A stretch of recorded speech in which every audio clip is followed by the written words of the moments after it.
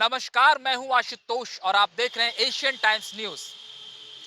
चलिए बात आज हम राहुल गांधी की भारत जोड़ो यात्रा की कर लें। भारत जोड़ो यात्रा अब लगभग 2 माह पूरा कर चुका है। 7 सितंबर से शुरू हुई राहुल गांधी की भारत जोड़ो यात्रा देश के लगभग 12 राज्यों से होकर गुजर रही है। कश्मीर से लेकर कन्याकुमारी तक जाएगी। इस भारत जोड़ो यात्रा में ज्यादातर दक्षिण भारत के राज्य शामिल हैं, जहां पर कांग्रेस का जनाधार पहले से ज्यादा रहा है और बीजेपी का जनाधार बहुत कम रहा है। बात अगर हम भारत जोड़ो यात्रा की करें तो इसे हम सरकार बनाओ यात्रा भी कह सकते हैं। जी हाँ, राजनीति में सरकार बनाने की जो कवायद होती है उसके लिए सब कुछ करना पड़ता है। मौजूदा दौर में नरेंद्र मोदी भारत के प्रधानमंत्री हैं और उनका कद और शख्सियत इतना बड़ा हो चला है कि पार्टी के भीतर भी ये कहा जाता है मोदी सरकार, न कि बीजेपी की सरकार। और एनडीए में जो पूर्व में कई घटक दल हुआ करते थे, आज वो घटक दल भी नहीं है। बीजेपी अपने बूते 302 का फिगर पूरा कर सत्ता में जोरदार तरीके से काबिज है। जी हां, हम सभी जानते हैं कि बीजेपी का हिंदुत्व कार्ड जबरदस्त तरीके से खेला जाता है और उसके आसरे वो दिल्ली की गद्दी पर काबिज है। वहीं उसका कार्ड राहुल गांधी ने भी निकाला है भारत जोड़ो यात्रा के तहत। अगर आप भारत जोड़ो यात्रा को देखेंगे तो ये भी राष्ट्रीयता के एक प्रतीक के तौर पर नजर आएगा। यदि हम नरेंद्र मोदी के राजनीतिक एजेंडे को देखें तो धर्म, पूजा पाठ, हिंदुत्व ये सभी उनकी राजनीति के मुख्य बिंदु होते हैं और राष्ट्रीयता सर्वोपरि होती है। उसका उदाहरण आपने एनडीए 2 में भी देखा। इस बार जैसे ही सरकार बनी, कश्मीर में धारा 370 हटाया गया, सीएए, एनआरसी जैसे मुद्दों को लाकर राष्ट्रीयता की बात को जोरदार फलक पर किए गए। हालांकि उसके बाद कई तरीके से विरोध भी हुए और उनको भी झेलना पड़ा। तो अ, पिछली बार जब यूपी में भी चुनाव हो रहे थे तो कांग्रेस ने भी कई मंदिरों में जाकर पूजा अर्चना की और ये संदेश देने की कोशिश की कि हम भी हिंदुत्व के एजेंडे में कदम ताल मिलाने जा रहे हैं। बहरहाल अब भारत जोड़ो यात्रा चल रही है और राहुल गांधी फिलहाल तेलंगाना में पहुंच चुके हैं और तेलंगाना के हैदराबाद में भी कल उन्होंने रोड शो किया था और वहां पर भी काफी चर्चाएं हुई। उन्होंने जिस तरीके से शरीर पर कुछ कोरे मारे हैं। इस बार की जो भारत जोड़ो यात्रा है उसमें कांग्रेस की जो सोशल मीडिया सेल है काफी एक्टिव है। हर दिन की उनकी जो तस्वीरें होती है और जो उनकी खबरें होती हैं और मीडिया कवरेजेस होते हैं उनको प्रमुखता से वहां पर डाला जाता है। राहुल गांधी ने जो ये भारत जोड़ो यात्रा की शुरुआत की है तब से लेकर अब तक कई सेलिब्रिटी भी उसमें अलग अलग राज्यों में जुड़ते रहे हैं। कई राज्यों के मुख्यमंत्री भी जब वो कर भी उसमें जुड़े हैं, जहां कांग्रेस के पूर्व मुख्यमंत्री जुड़े हैं और कई सांसद विधायक भी उसमें जुड़ते हैं जो जहां कांग्रेस की शासन रहती है और अन्य राज्यों में भी। तो कांग्रेस के इस मुहिम में कई सेना के पूर्व अधिकारी भी आ रहे हैं, कई ब्यूरोक्रेट्स भी आ रहे हैं, कई रिटायर अफसर्स भी आ रहे हैं, कई सामाजिक सरोकार से जुड़े हुए लोग आ रहे हैं। वहीं कुछ खास लोग भी जुड़ते हैं। कभी मोहम्मद अजरुद्दीन भी इसराइली में दिखे थे, पूजा भट्ट भी इन दिनों जब इसराइली में कदम ताल करते दिखी तो काफी सुर्खियां उनको भी मिली हैं।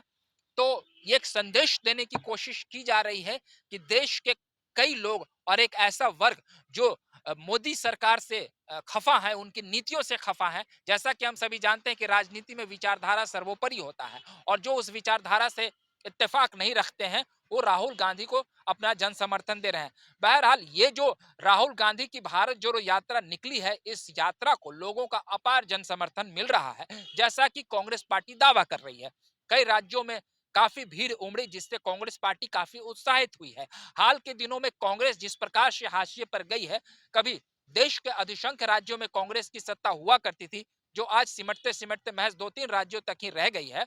कई और राज्यों में उसकी सरकारें थी मगर वहां से बाद में खरीद फरोख्त की गई और वहां उनकी सत्ता चली गई और वो बीजेपी के खाते में वो राज्य चले गए। और भी कुछ गिने चुने राज्यों में कांग्रेस है तो सांकेतिक रूप से है, जैसे बिहार की ही अगर आप बात कर लें तो जहां पे वो सत्ता में है भी लेकिन उसका कोई बहुत ज्यादा वहां पे हनक नहीं है। तो कांग्रेस जिस तरीके से लगातार सिमटती गई, केंद्र की सत्ता से भी वो बेदखल होती गई। आजाद भारत में कांग्रेस ही वो पार्टी थी जो सबसे पहले सत्ता संभाली जिसने। और उसके बाद देश को आगे ले जाने का काम किया। कई उसकी नीतियों की तारीफ भी की जाती है, तो कई नीतियों को लेकर देश के अधिसंख्य लोग उनका विरोध करते हैं। देश में कई ऐसे मुद्दे हुए जिसको लेकर कांग्रेस को घेरा जाता है, और जिस प्रकार से कांग्रेस पर तुष्टीकरण का आरोप लगा और ऊंच नीच का आरोप लगा, कई तरह के भ्रष्टाचार के आरोप लगे, कई उनके मंत्री नेता, यहाँ तक कि पूर्व प्रधानमंत्री भी कुछ घोटालों में उनका भी नाम आया। इन तमाम चीजों के बाद नरेंद्र मोदी अब सत्ता में आए हैं, 8 साल से सत्ता में है, आगे भी हैं, और जिस प्रकार से तमाम विपक्षी दलें आज बिखरी पड़ी हैं, उस दौर में राहुल की ये भारत जोड़ो यात्रा कांग्रेस को एक संजीवनी दे रही है, और कांग्रेस के तमाम नेताओं के भीतर एक उत्साह पैदा हुआ है और उनको लग रहा है कि पार्टी अब संगठित होगी। हाल के दिनों में भी कांग्रेस के कई दिग्गज नेताओं ने भी पार्टी को छोड़ा है, जैसा कि कैप्टन अमरिंदर सिंह को का आप नाम ले सकते हैं, गुलाम नबी आजाद का नाम ले सकते हैं। अभी हाल में अशोक गहलोत ने भी पीएम की तरफ थोड़ा अपना झुकाव दिखाया और नरेंद्र मोदी ने भी उनकी तारीफ करी है। तो उस पर सचिन पायलट ने भी पलटवार किया और उन्होंने कहा कि नरेंद्र मोदी का तारीफ करने का मतलब साफ है कि कहीं ना कहीं कुछ घालमेल चल रहा है। तो मल्लिकार्जुन खड़गे कांग्रेस के नए राष्ट्रीय अध्यक्ष बने हैं और उनका विवाद अशोक गहलोत से है। तो कांग्रेस जिस प्रकार से कई राज्यों में सिमट चुकी है और जिन राज्यों में है वहां भी स्थिति उनकी अनुकूल नहीं है। जैसे अगर आप बिहार की बात करें तो बिहार में भी कांग्रेस के पास कोई बड़ा चेहरा नहीं है, बंगाल में बड़ा चेहरा नहीं, यूपी में बड़ा चेहरा नहीं है, और जहां है राजस्थान जैसे राज्यों में है तो वहां विवाद है। मध्य प्रदेश देख चुके हैं, राजस्थान का विवाद सतह पर है सचिन पायलट और अशोक गहलोत को। तो कुल मिलाकर जिस तरीके से सचिन पायलट और अशोक गहलोत की जो लड़ाई है, इसमें कहीं ना कहीं कुछ वहां पे भी कोई खेल ना हो जाए और बीजेपी कहीं ना कहीं एक्शन में आ जाए। गोवा में भी आप देख चुके हैं, कर्नाटक में भी देख चुके हैं। तो इस तरीके से जिस तरह से कांग्रेस संघर्ष कर रही है, अगले लोकसभा चुनाव में उसके लिए चुनौतियां कम नहीं है। भले ही राष्ट्रीय अध्यक्ष खड़गे को बनाया गया है परिवारवाद से इतर, लेकिन कांग्रेस की भारत जोड़ो यात्रा ये भले ही संदेश दे रही होगी अपने आप में कि कांग्रेस को जन समर्थन मिल सकता है, लेकिन ये भी बात सत्य है कि नरेंद्र मोदी भी काफी मजबूती से खड़े हैं और उनकी भी उन पॉपुलैरिटी अभी भी कम नहीं हुई है और उनका भी एक बड़ा जनाधार इस देश के भीतर है। तो कांग्रेस जिस तरीके से जमीनी स्तर पर काम कर रही है, इस यात्रा ने ये एक संदेश दिया है कि देश के प्रति राहुल गांधी का फोकस्ड है, क्योंकि राहुल गांधी के बारे में कई बार ऐसी चर्चाएं बीजेपी की ओर से की जाती थी कि वो विदेशों में रहते हैं, सिर्फ रैली करने आते हैं, भाग जाते हैं, पप्पू हैं, उनको बोलने नहीं आती, समझदारी नहीं है। एक एक कर वो लोगों से मिल रहे हैं और ये संदेश देना चाह रहे हैं कि इस आम आवाम के साथ वो खड़े हैं और देश की उनको चिंता है।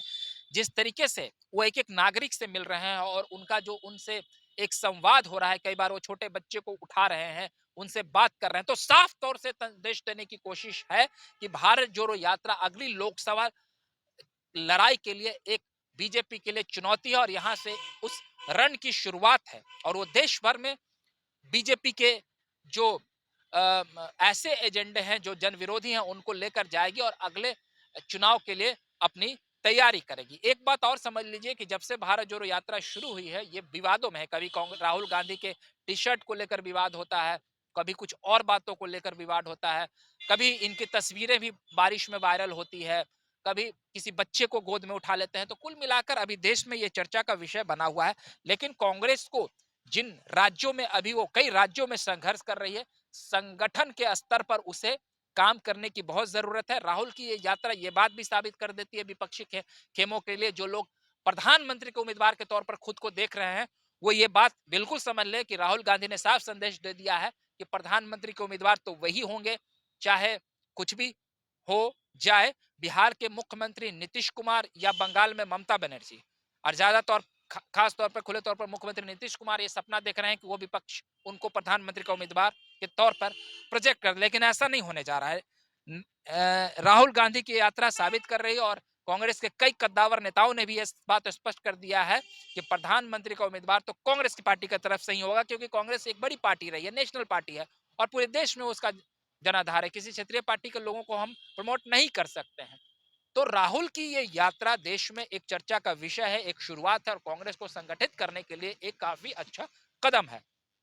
बहरहाल अगर आपको हमारा ये खबर अच्छा लगा हो तो आप हमारे चैनल को लाइक, सब्सक्राइब और शेयर करना ना भूलें। अगली बार एक नई वीडियो के साथ आपके सामने हम हाजिर होंगे। तब तक के लिए आप हमें इजाजत दीजिए। बहुत बहुत धन्यवाद।